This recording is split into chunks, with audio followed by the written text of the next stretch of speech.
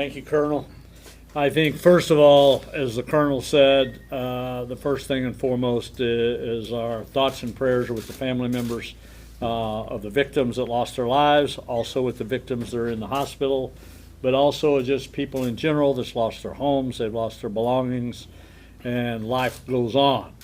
And I want to thank all the emergency personnel that's been here on the ground early this morning from all multiple agencies across the state, all over our region. I think one of the things you'll find out, small town Missouri, you'll find out that everybody will start coming together at a very early time to help one another out.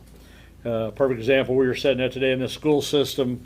My understanding, they opened these doors early in this school somewhere around 4 or 5 o'clock this morning to make sure there was a command center to be able to help the people in the need here. I think when you look at the devastation of this, it's going to be weeks upon months to be able to recover. It's a long journey ahead for the people that live here. I just want to thank all the state agencies that are here, all the local agencies that are here. And the one thing you'll find out is I had a chance to talk to everybody and see some of the debris field that's out there, is how much people at a time like this will come together to work together to be able to do what's best for the people of this state.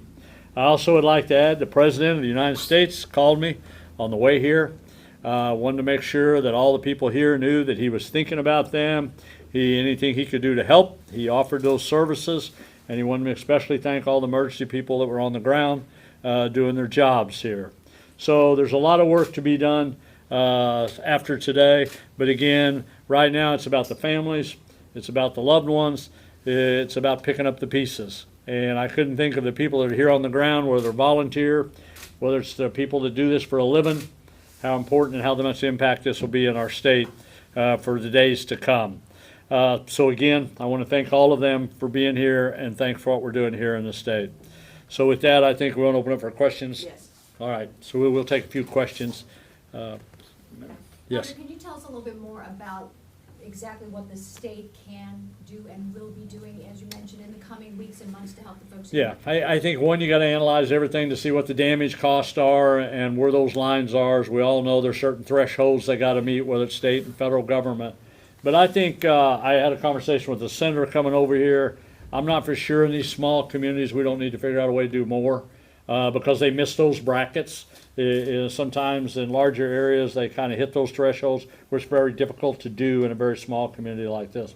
So I think we want to look and see what services we have and then what availability we have to make sure we replace these people in their placement of where they may go, whether that's rent, whether that's utilities, how we can help on that. Again, the challenge these days to come together and try to put a plan in place for that, but a lot of the local entities will be involved in that. SEMA will be involved with that, emergency management, people of that nature here on the local level. Governor, are there needs, there needs that they have right now, their immediate needs? Is there somebody there or groups there that will take care of this?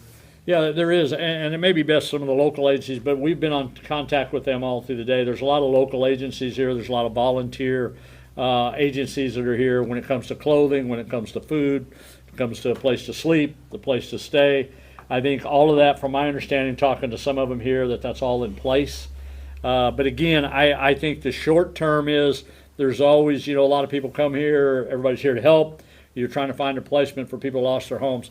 But I think it's more important the weeks afterwards and the months after how we're able to help those people. But I will tell you, I just know because I grew up in a little small town, these small towns and these counties and these cities will come together to help one another out. There's no doubt in my mind about that. But all of those will be things we'll have to work through and see what we can do from the state level.